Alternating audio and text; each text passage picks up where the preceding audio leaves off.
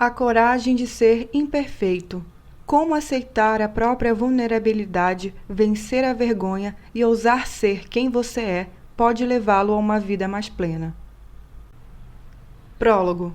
O que significa viver com ousadia? Não é o crítico que importa, nem aquele que aponta onde foi que o homem tropeçou ou como o autor das façanhas poderia ter feito melhor.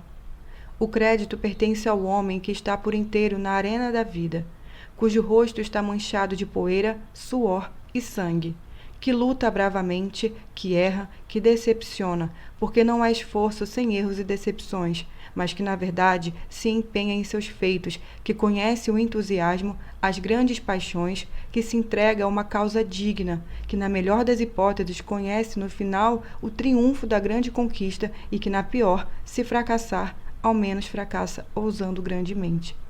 Trecho do discurso Cidadania em uma República.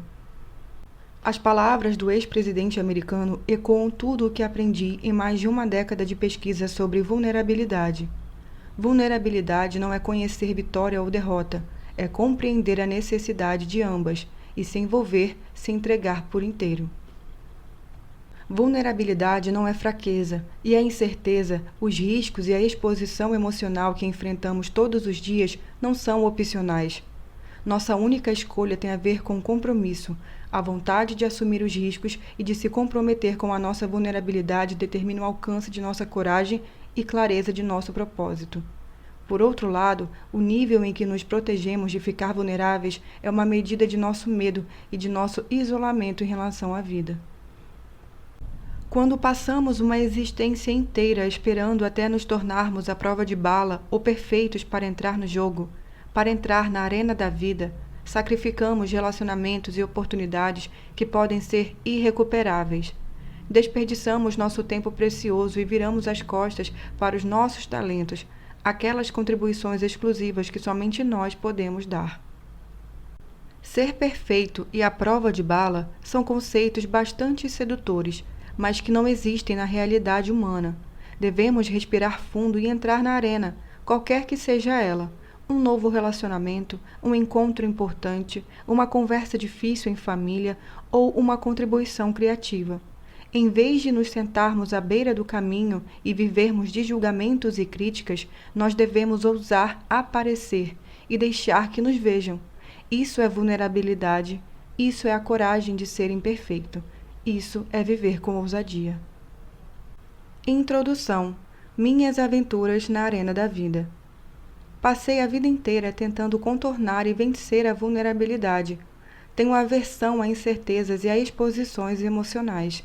Na época do colégio, quando a maioria de nós passa a lutar com a vulnerabilidade, comecei a desenvolver e afiar o meu arsenal de defesa contra essa emoção incômoda. Por muito tempo, tentei de tudo, desde ser a garota perfeitinha até me tornar a poética exótica, a ativista indignada, a profissional ambiciosa, a baladeira descontrolada.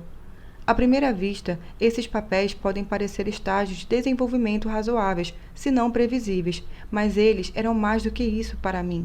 Todas essas etapas construíram diferentes armaduras que me impedem de me tornar excessivamente comprometida e vulnerável.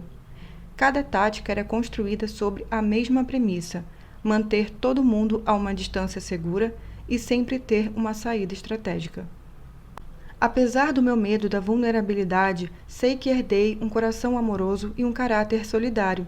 Então, perto de completar 30 anos, deixei um cargo de gerência na gigante das telecomunicações AT&T, arranjei um emprego de garçonete e voltei à faculdade para me formar como assistente social. Assim como muitas pessoas que se interessam pelo serviço social, eu gostava da ideia de consertar gente e sistemas. Foi só quando já havia terminado o bacharelado e cursava o mestrado que percebi que o serviço social não tinha a ver com consertar. Em vez disso, trata-se de contextualizar e apoiar. Sua missão é mergulhar no desconforto da ambiguidade e da incerteza e criar um espaço de solidariedade para que as pessoas encontrem o próprio caminho. Enquanto eu lutava para descobrir como uma carreira no campo da assistência social poderia realmente dar certo para mim, fui fulminada pela afirmação de um dos meus orientadores: se você não consegue medir, não existe. Ele explicava que, diferentemente de outras matérias do curso, pesquisa tem tudo a ver com previsão e controle. Fiquei impressionada. Você quer dizer que, em vez de apoiar e acolher, eu deveria dedicar minha carreira à previsão e ao controle? Naquele instante, eu descobri a minha vocação. Hoje posso dizer que sou uma pesquisadora de dados qualitativos, ou seja, uma contadora de histórias. A maior certeza que eu trouxe da minha formação em serviço social é esta: estamos aqui para criar vínculos com as pessoas. Fomos concebidos para nos conectar uns com os outros. Esse contato é o que dá propósito e sentido à nossa vida, e sem ele, sofremos. Por isso, decidi desenvolver uma pesquisa que explicasse a anatomia do vínculo humano, das relações e das conexões entre as pessoas. Quando os participantes da minha pesquisa eram solicitados a compartilhar seus relacionamentos e suas experiências de vínculo mais importantes, sempre me falavam de decepções, traições e humilhações, do medo de não serem dignos de uma conexão verdadeira. Parece que nós, seres humanos, temos uma tendência para definir as coisas pelo que elas não são, sobretudo quando se trata de experiências emocionais. Esse fato realmente chamou minha atenção. Portanto, um pouco por acaso, eu passei a pesquisar os sentimentos de vergonha e empatia, e levei 6 anos desenvolvendo uma teoria que explica o que é a vergonha, como funciona e o que fazer para combater a crença de que não somos bons o bastante e de que não somos dignos de amor e de relacionamentos. Em 2006, descobri que, além de compreender esse sentimento, comecei a querer investigar o outro lado da moeda. O que tem em comum as pessoas que lidam bem com a vergonha e acreditam no próprio valor, que eu chamo de pessoas plenas? No meu livro, A Arte da Imperfeição, defino os 10 sinais de uma vida abundante, que indicam o que uma pessoa plena se esforça para cultivar e do que ela luta para se libertar. Uma pessoa plena. 1. Cultiva a autenticidade, se liberta do que os outros pensam. 2. Cultiva a autocompaixão, se liberta do perfeccionismo. 3. Cultiva um espírito flexível, se liberta da monotonia e da impotência. 4. Cultiva a gratidão e alegria, se liberta do sentimento de escassez e do medo de desconhecido. 5. Cultiva a intuição e fé, se liberta da necessidade de certezas. 6. Cultiva a criatividade, se liberta da comparação. 7. Cultiva o lazer e o descanso, se liberta da exaustão como símbolo de status e da produtividade como fator de autoestima. 8. Cultiva a calma e a tranquilidade, se liberta da ansiedade como estilo de vida. 9. Cultiva tarefas relevantes, se liberta de dúvidas e suposições. 10. Cultiva risadas, música e dança, se liberta da indiferença e de estar sempre no controle. Naquele livro, escrevi detalhadamente sobre o que significa ser uma pessoa plena e sobre o despertar espiritual que advém dessa descoberta. Agora pretendo compartilhar a definição de uma vida plena e apresentar os 5 temas mais importantes que surgiram na coleta de dados e me levaram a revelações que apresento nesta obra.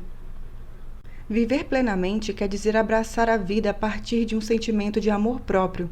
Isso significa cultivar coragem, compaixão e vínculos suficientes para acordar de manhã e pensar: não importa o que eu fizer hoje ou o que eu deixar de fazer, eu tenho meu valor.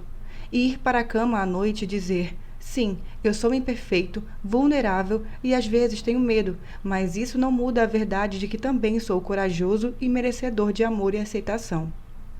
A definição de vulnerabilidade se baseia nos seguintes ideais fundamentais. 1. Amor e aceitação são necessidades irredutíveis de todas as pessoas. Fomos concebidos para criar vínculos com os outros. Isso é o que dá sentido e significado à nossa vida. A ausência de amor, de aceitação e de contato sempre leva ao sofrimento. 2. Se os homens e as mulheres que entrevistei na pesquisa fossem divididos em 2 grupos, aqueles que têm um senso profundo de amor e de aceitação e aqueles que lutam para conquistar isso, apenas uma variável os separaria. Aqueles que amam e vivenciam a aceitação simplesmente acreditam que são dignos disso. Eles não têm vidas melhores ou mais fáceis, não têm problemas menores e não passaram por menos traumas, falências ou separações. No meio de todas essas lutas, eles desenvolveram práticas que os tornaram capazes de se agarrar à crença de que são dignos de amor, de aceitação e até mesmo de alegria. 3. A preocupação principal de indivíduos plenos é viver uma vida orientada pela coragem, pela compaixão e pelo vínculo humano. 4. As pessoas plenas identificam a vulnerabilidade como um catalisador de coragem, compaixão e vínculos. Na verdade, a disposição para estar vulnerável foi o único traço claramente compartilhado por todas as mulheres e homens que eu descreveria como plenos. Eles atribuem todas as suas conquistas, desde seu sucesso profissional até o casamento e os momentos felizes como pais, à capacidade que têm de se tornarem vulneráveis.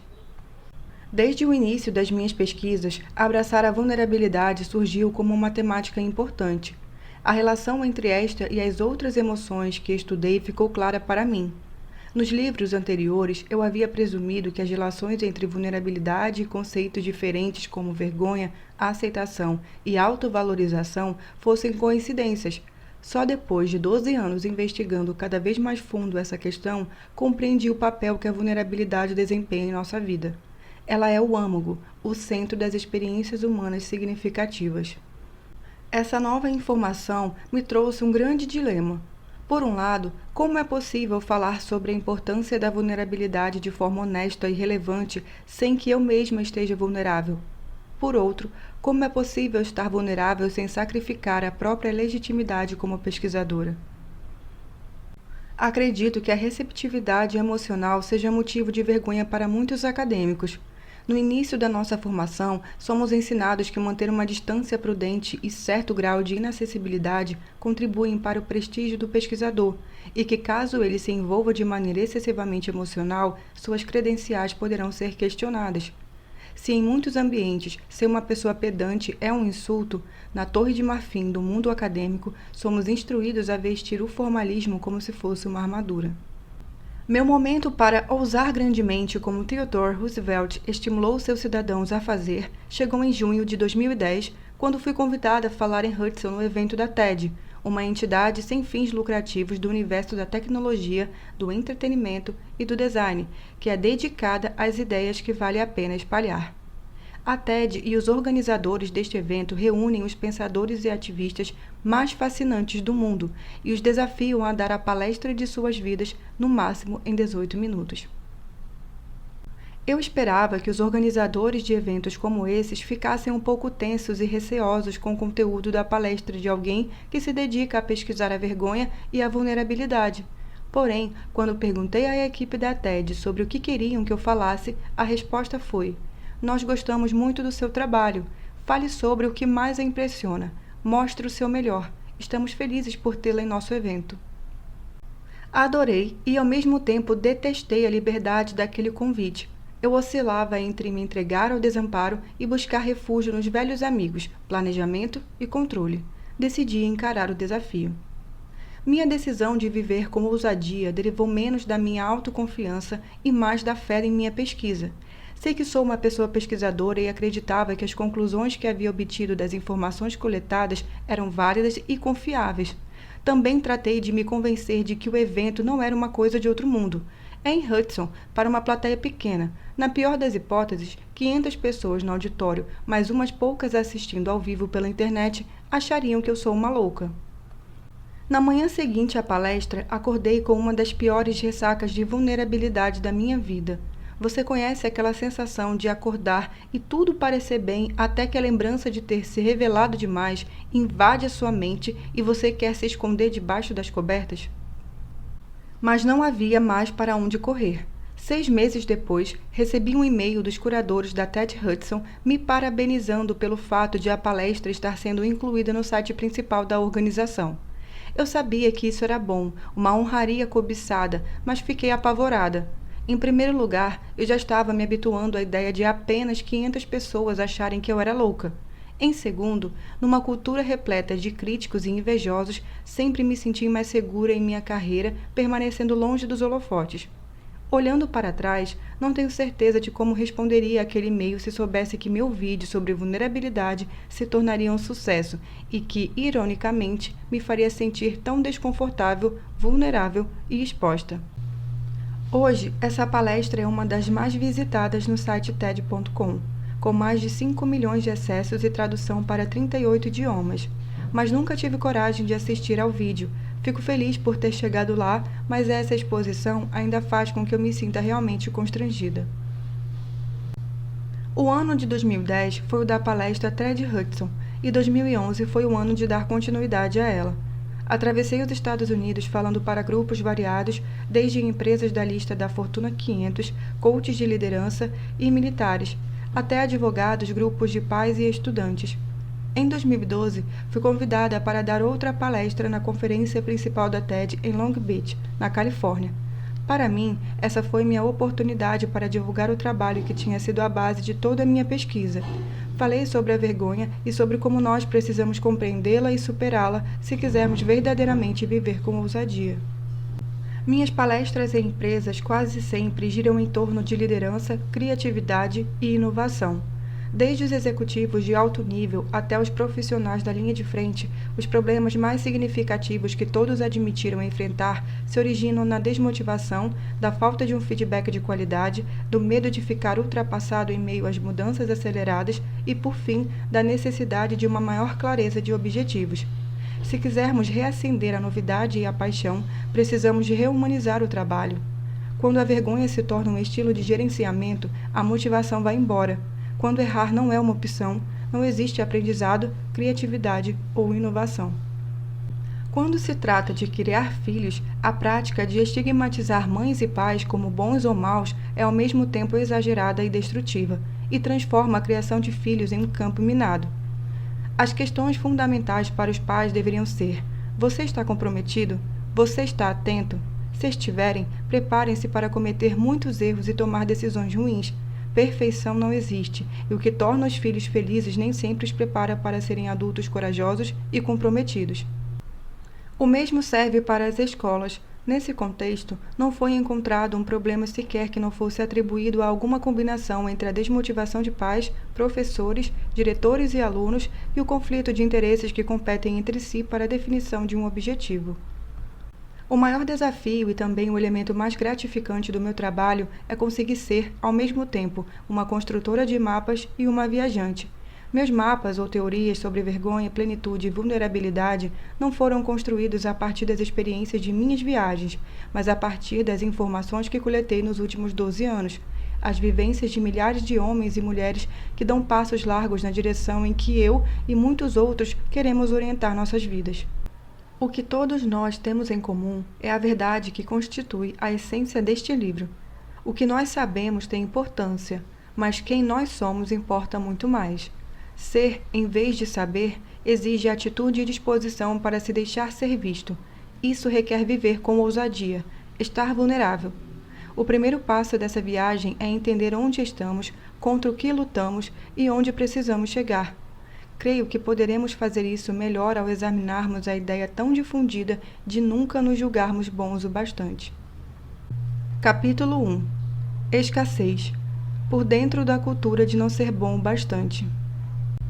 Após realizar essa pesquisa durante 12 anos e observar o avanço do conceito de escassez que passou a assolar nossas famílias, organizações e comunidades, chego à conclusão de que já estamos cansados de sentir medo. Nós queremos viver com ousadia. Durante uma das minhas palestras, uma mulher da plateia comentou: as crianças de hoje se acham muito especiais. O que está transformando tantas pessoas em narcisistas? Sinto certa tristeza quando vejo como o termo narcisismo vem sendo usado.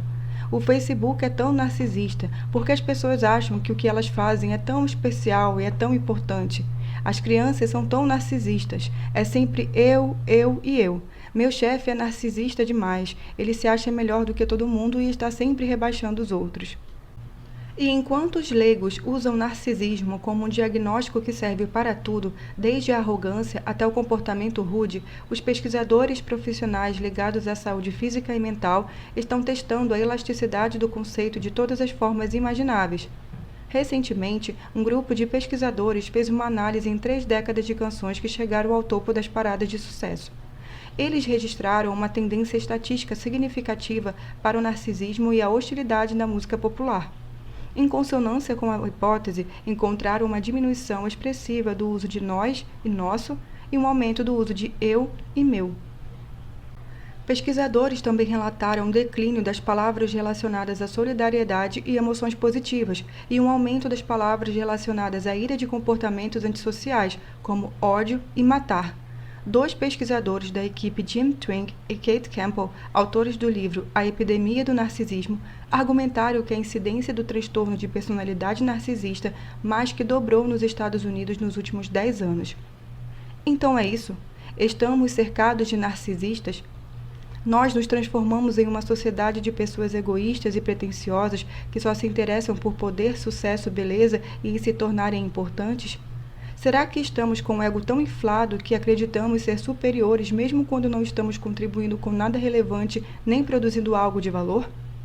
Se você é como eu, provavelmente estará refletindo um pouco e pensando: sim, o problema é exatamente esse.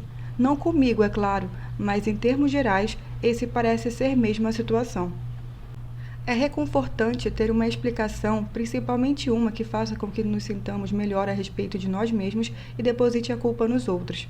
Na verdade, sempre que escuto pessoas usarem o argumento do narcisismo, ele geralmente vem acompanhado de um tom de desprezo, raiva e julgamento. Nossa primeira inclinação é curar os narcisistas, colocando-os em seu devido lugar.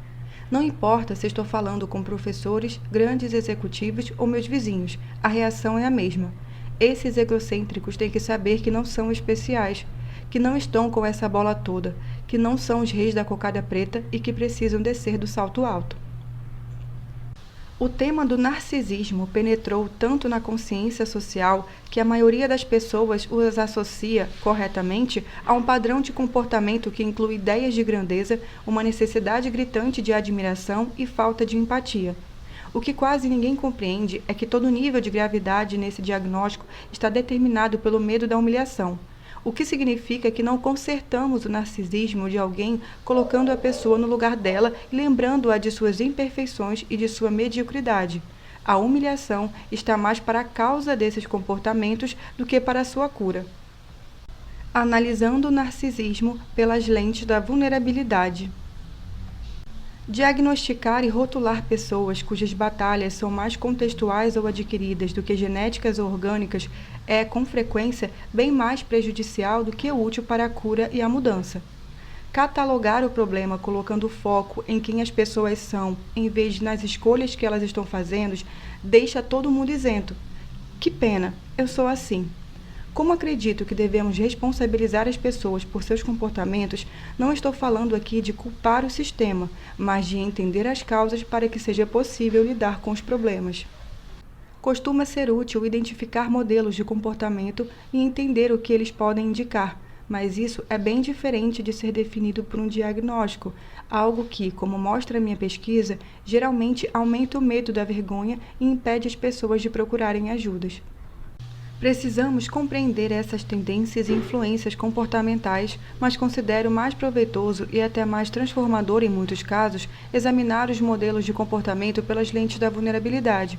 Por exemplo, quando analiso o narcisismo sob esse ponto de vista, enxergo o medo da humilhação de ser alguém comum. Identifico o receio de nunca se sentir bom o bastante para ser notado, amado, aceito ou para conseguir prosseguir com um objetivo. Algumas vezes, o simples ato de humanizar problemas lança uma luz importante sobre eles, luz que muitas vezes se apaga no minuto em que o rótulo estigmatizante lhe é lançado. Essa nova definição de narcisismo traz muita clareza e ilumina tanto a fonte do problema quanto suas possíveis soluções. Consigo ver com nitidez como e por que cada vez mais pessoas se esforçam para tentar acreditar que são suficientemente boas. Percebo uma mensagem subliminar por todos os lugares dizendo que uma vida comum é uma vida sem sentido. E noto como as crianças que crescem num ambiente de reality shows, culto à celebridade e mídia social, sem controle, podem observar essa mensagem e desenvolver uma visão de mundo completamente distorcida.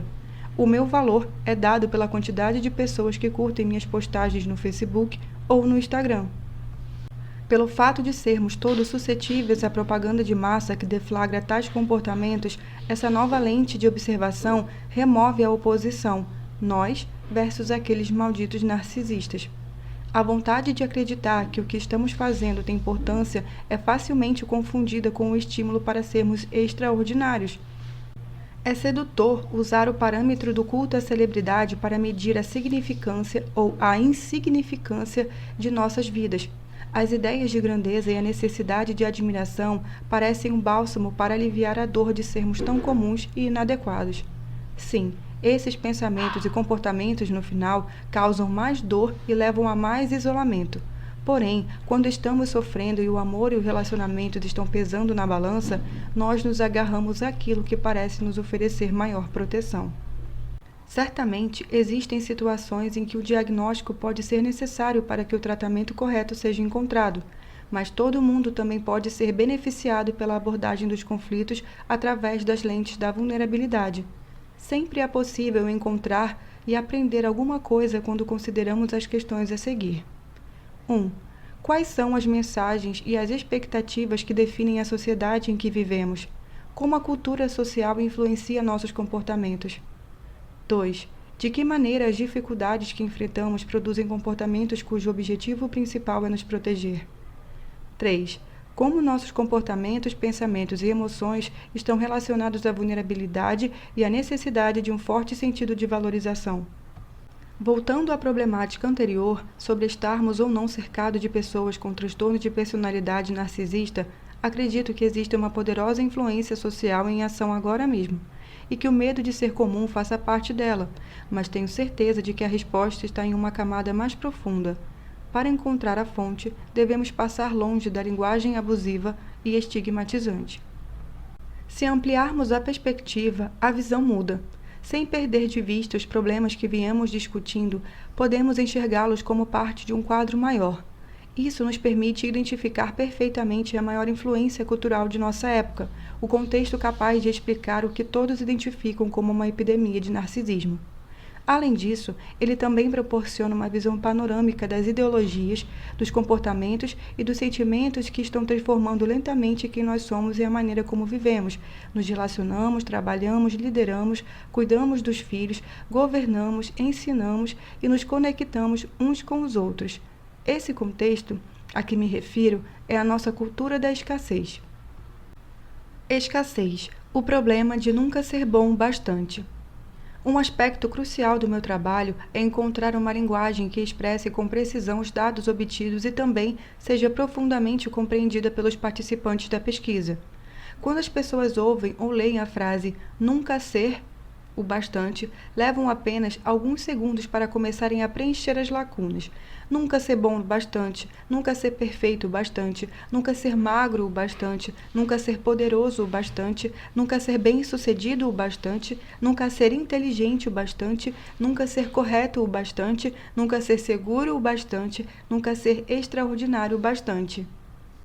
Uma de minhas autoras favoritas sobre escassez é Lynne Twist, ativista global e arrecadadora de fundos sociais. Em seu livro The Soul of Money, A Alma do Dinheiro, ela se refere à escassez como a grande mentira. Lynne escreve: "Para mim e para muitos de nós, o primeiro pensamento do dia, ainda na cama, é: não dormi o suficiente. O seguinte é: não tenho tempo o suficiente." Esse pensamento de não suficiência vem a nós automaticamente antes mesmo de podermos nos dar conta de sua presença ou examiná-lo. Passamos a maior parte de nossas vidas ouvindo, explicando, reclamando ou nos preocupando com o que não temos em quantidade ou grau suficiente. Antes de nos sentarmos na cama, antes de nossos pés tocarem o chão, já estamos nos sentidos inadequados.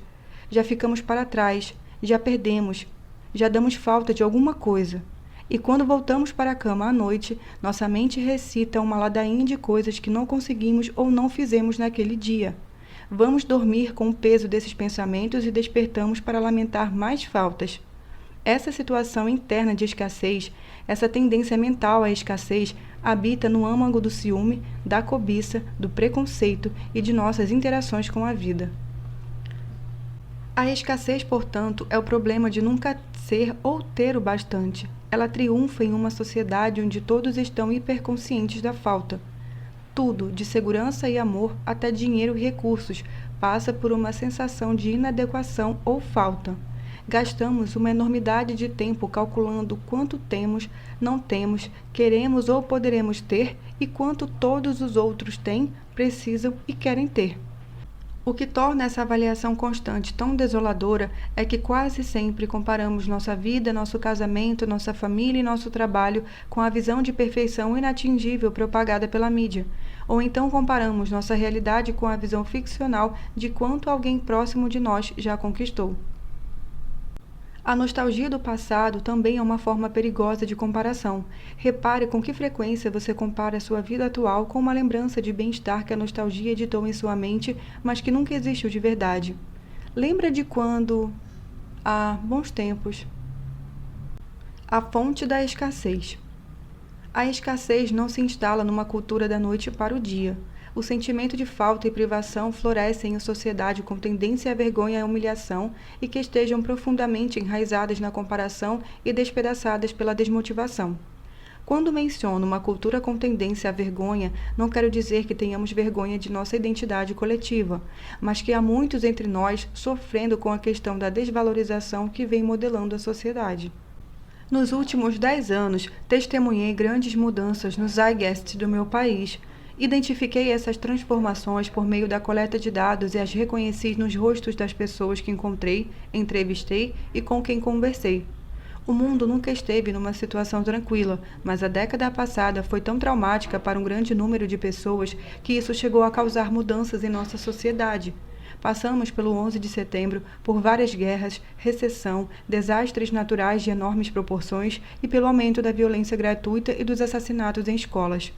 Testemunhamos acontecimentos que vêm dilacerando nossa sensação de segurança com tamanha força que nós os vivenciamos como traumas pessoais, mesmo sem estarmos envolvidos neles de forma direta. E quando se trata do número impressionante de desempregos e subempregos em diversas partes do mundo, é como se todos tivéssemos sido diretamente afetados. A preocupação com a escassez é a versão da nossa cultura para o estresse pós-traumático. Ela surge depois que estivemos nas microsociedades da família, do trabalho, da escola e da comunidade. E todas elas compartilham a mesma fórmula de vergonha, comparação e desmotivação. A escassez encontra terreno fértil nessas condições e as perpetua, até que uma massa crítica de pessoas começa a fazer escolhas diferentes e a remodelar os contextos menores a que pertencem. Um modo de se pensar sobre os 3 componentes da fórmula da escassez e a maneira como eles influenciam a sociedade é refletir sobre as questões a seguir. Enquanto estiver lendo as perguntas, tenha em mente todos os ambientes. 1. Vergonha. O medo do ridículo e a depreciação são usados para controlar as pessoas e mantê-las na linha? Apontar culpados é uma prática comum? O valor de alguém está ligado ao sucesso, à produtividade ou à obediência?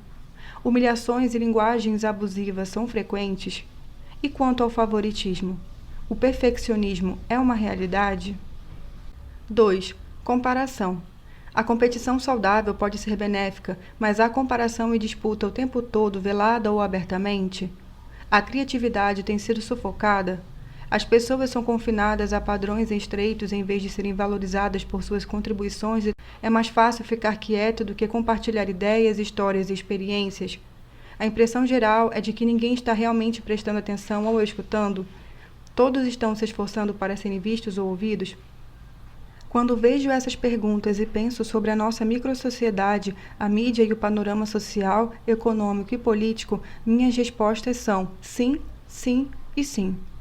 Quando penso na minha família, sei que a comunidade religiosa, de um jeito que seja fundamentalmente oposto às normas sociais governadas pela escassez, exige consciência, compromisso e muito trabalho todos os dias. A microsociedade está sempre exercendo pressão sobre nós, a não ser que tenhamos vontade de recuar e decidir lutar pelo que acreditamos. O estado permanente de escassez se torna um modus operandi. O oposto de viver em escassez não é cultivar o excesso. Na verdade, excesso e escassez são 2 lados da mesma moeda. O oposto da escassez é o suficiente, ou o que chamo de plenitude. Em sua essência, é a vulnerabilidade. Enfrentar a incerteza, a exposição e os riscos emocionais, sabendo que eu sou o bastante. Se você retornar aos 3 blocos de perguntas sobre escassez e se perguntar se desejaria ficar vulnerável em algum contexto definido por aqueles valores, a resposta para a maioria de nós é um sonoro não. Se você se perguntar se essas condições o levam a desenvolver o amor próprio e a autovalorização, a resposta é não, mais uma vez. Os elementos mais raros em uma sociedade da escassez são a disposição para assumir nossa vulnerabilidade e a capacidade de abraçar o mundo a partir da autovalorização e do merecimento.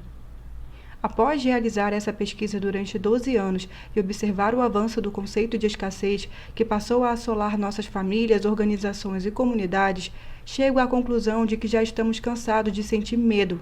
Todos queremos ser corajosos. Nós queremos viver com ousadia. Estamos fartos do discurso geral que insiste em perguntar constantemente: o que devemos temer? E a quem devemos culpar? No próximo capítulo, conversaremos sobre os mitos da vulnerabilidade que abastecem a escassez e sobre como a coragem começa a abrir caminho quando nos mostramos e nos permitimos ser vistos.